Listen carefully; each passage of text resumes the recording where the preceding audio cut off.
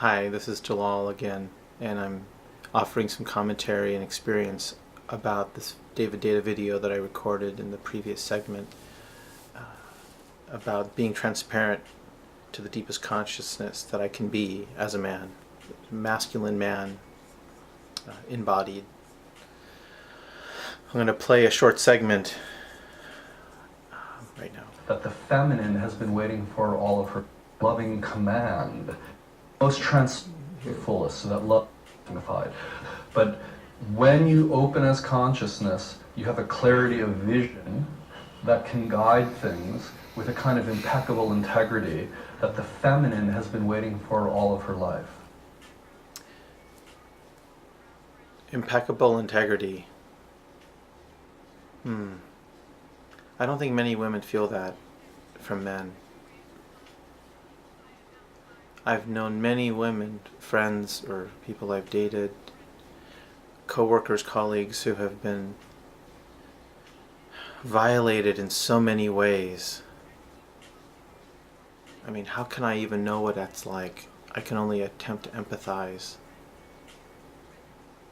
I know that I've been a fucking bastard sometimes, and not out of love, just out of stupidity. Impeccable integrity. Integrity for me has come and comes when I realize my absolute freedom from needing anyone and needing anything, from really knowing who and what I am, and from living that knowing, and from connecting, always feeling it arising within me, the knowing of my true self, the expression of it, without any words that I can describe to it. This is, I believe, the mandate for any real man, for any man who would want to be truly of service to the world and of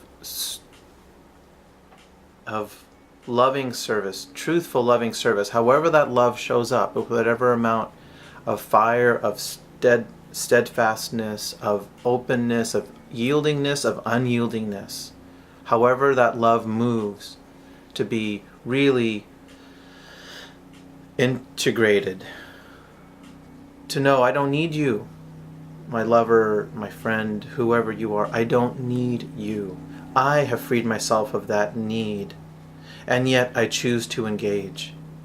I am compelled to engage. I am drawn to you. I am drawn to your sweetness and your sadness and your joy and your pain and the expressions of any given day that could be bright or cloudy or any and all of the range in between. That I can stand on my own, and I am standing and being on my own and connected to everyone and everything. I am integrated. I am feeling integration. I am living integration. And the impeccableness of that, of being responsible, feeling within myself, how does that feel? Am I continually being truthful, being dependable, being trustworthy? When I make a commitment, can I be a man of my word? Am I cautious of not making too many commitments when it's not the right time, when I don't know enough?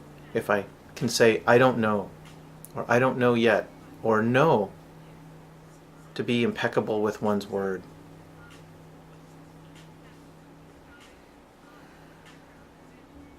And part of that impeccableness is also, I feel, when we become free of the superficial relationships that are about need, as David Deida talks about the 3 stages of I need a woman or I need a man to be whole.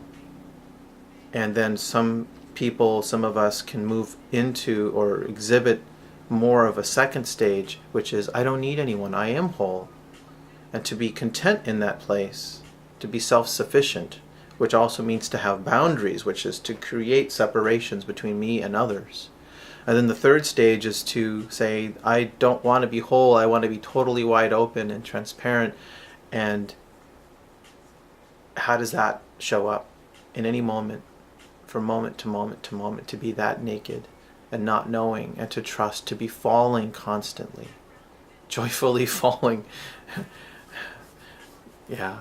In one of the poems I wrote, I had this image of following God and dousing myself with holy water and following this flame of truth and just burning and burning and burning and letting go of more and laughing and burning at the same time. Women, I know you don't trust most men. You have good reason not to.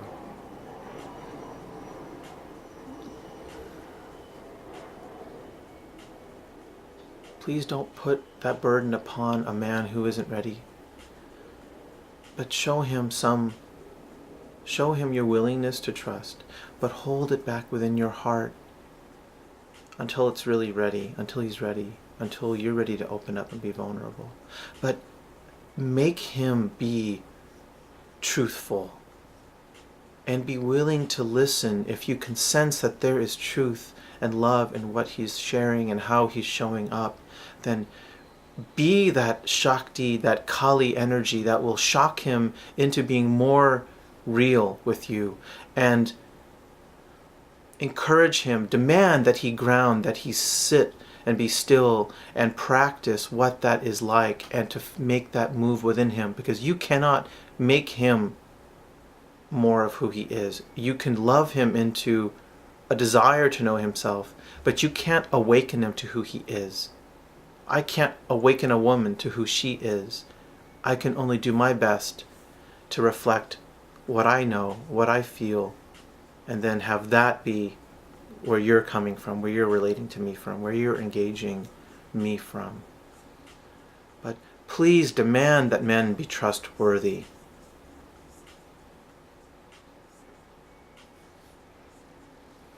But also listen when someone is trustworthy. If something comes up that you're not liking, if he's making you feel something that you feel isn't comfortable, it may be exactly what you need to feel.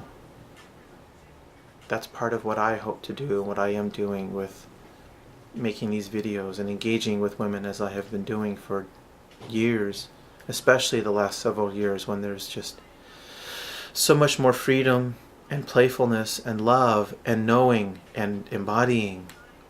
And I pray for women to only attract those types of relationships, to have the standard of being open and being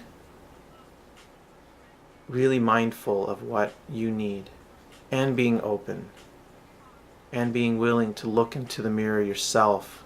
It's not always guys that have the issues, ladies. It's easy to scapegoat men. Some of us really have been doing the work. Sometimes we have to call a spade a spade.